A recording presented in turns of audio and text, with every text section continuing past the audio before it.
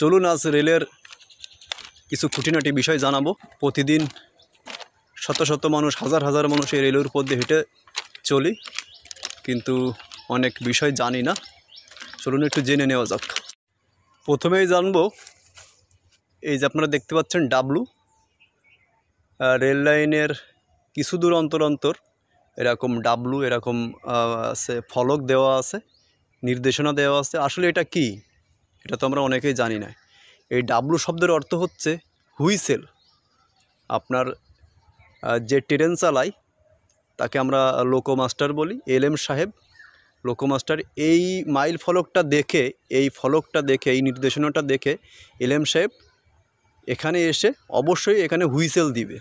এটার অর্থ এই, সামনে হয়তো কোনো স্টেশন আছে, হয়তো কোনো লেভেল ক্রসিং গেট আছে, এখানে আসলে এলএম সাহেব হুইসেলটা দিবে সতর্ক করার জন্য যে আমি আসছি, তোমরা সবাই সাইড হয়ে যাও।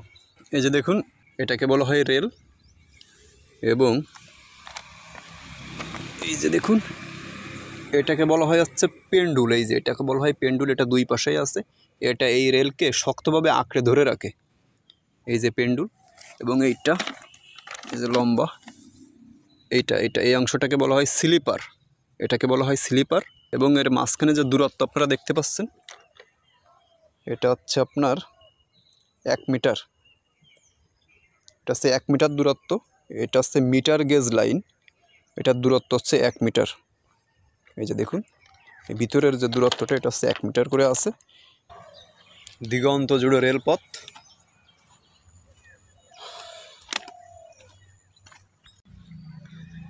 এই যে এই জোরটা দেখতে পাচ্ছেন, এখানে আপনার এই যে লাইন, এখানে 42 ফুট অন্তর অন্তর এরকম করে একটা আছে, এরকম করে একটা জোর আছে।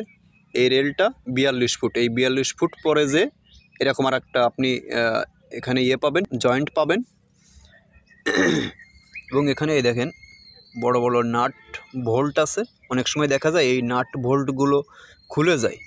তো আমরা যদি কেউ রেল লাইনে চলতে পথে যদি এরকম কোনো বোল্ট খোলা দেখতে পাই, তাহলে সেটা অবশ্যই নিকটস্থ স্টেশন বা লেভেল ক্রসিং যে গেটগুলো আছে সেখানে জমা দিব, রেলের কোনো কর্মকর্তার কাছে জমা দিব, কারণ এটা অত্যন্ত গুরুত্বপূর্ণ একটি বিষয়।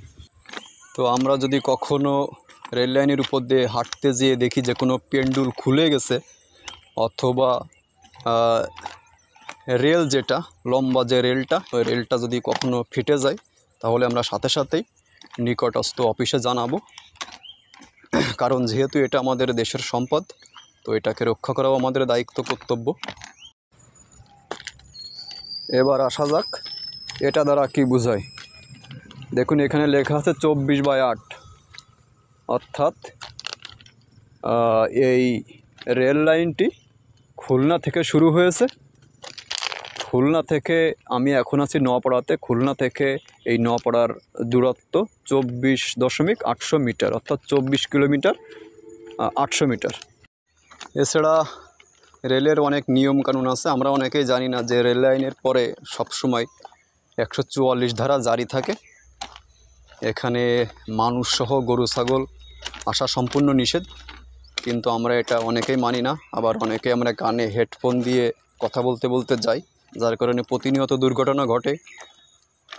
আবার দেখা গেল আপনার আশেপাশের কোনো বধির লোক, বাকশক্তিহীন লোক আছে, তারা রেল লাইনে চলে আসে এবং ট্রেন আসার শব্দ তারা শুনতে পায় না, যার কারণে প্রতিনিয়ত দুর্ঘটনা ঘটতে থাকে।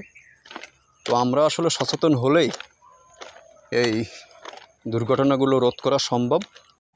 তো আপনাদেরকে একটা খুঁটিনাটি বিষয় জানানোর চেষ্টা করলাম। ভিডিওটা সম্পূর্ণ দেখার জন্য আপনাদেরকে অনেক অনেক ধন্যবাদ। সকলে ভালো থাকবেন। শুভ সকাল।